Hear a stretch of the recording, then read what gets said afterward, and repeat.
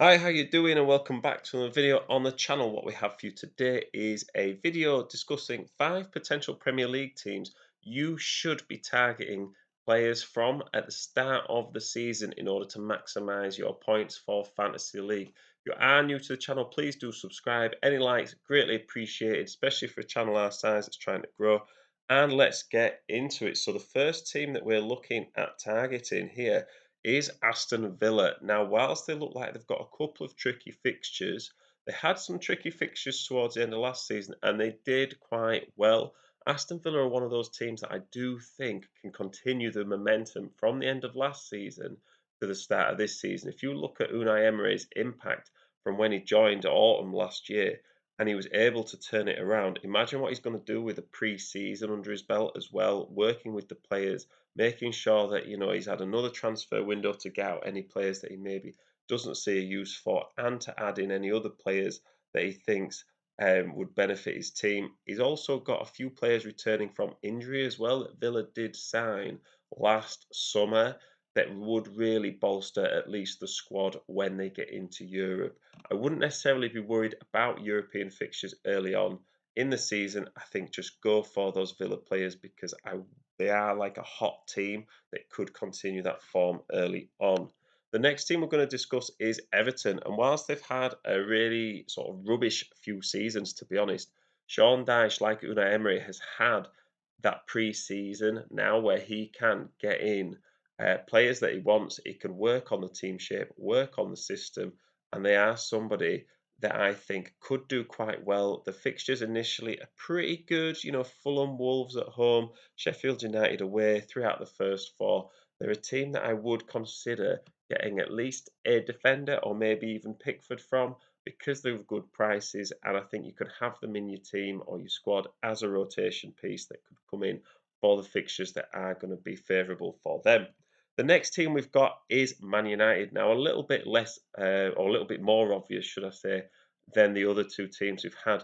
I do think that Man United are going to get into the league quite strong this season. I think there's a team that could potentially finish second. They've had that pre-season. I think last year was really sort of up and down, trying to work out the squad.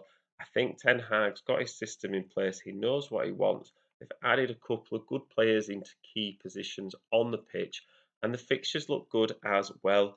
I think it's players like Bruno Fernandes as well, who have gone down in price, are representing increasingly good value moving forward. In the past, they've kind of been not overpriced, but they've been very expensive and then not lived up to that price tag.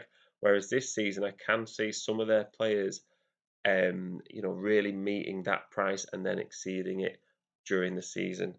The next team we've got is Arsenal. Now, their fixtures do look awesome. They've got Man United and Spurs, but they're both at home.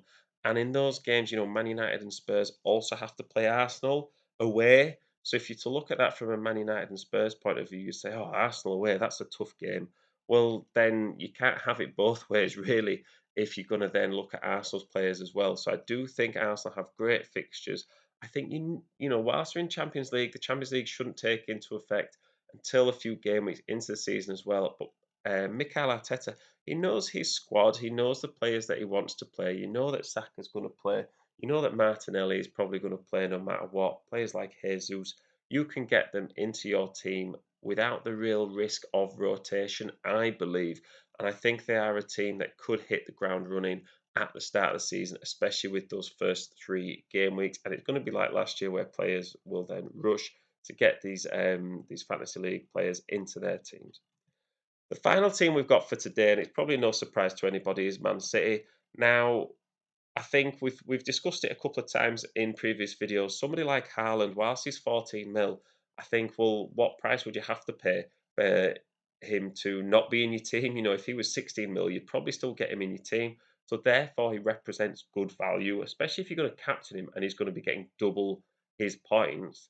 Those captain the players, they do have extra value. I would also recommend getting in a Man City defender.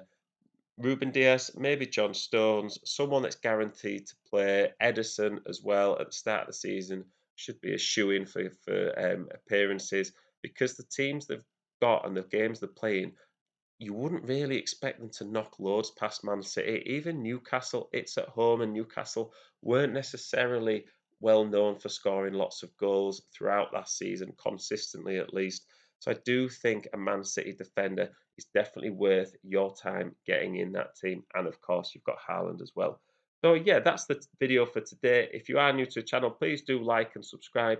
If you missed our first draft for our fantasy league team, it's going to be on the screen now. Go check it out. Might give you some tips and ideas of players to get in, or at least players to avoid. And I will see you in the next one.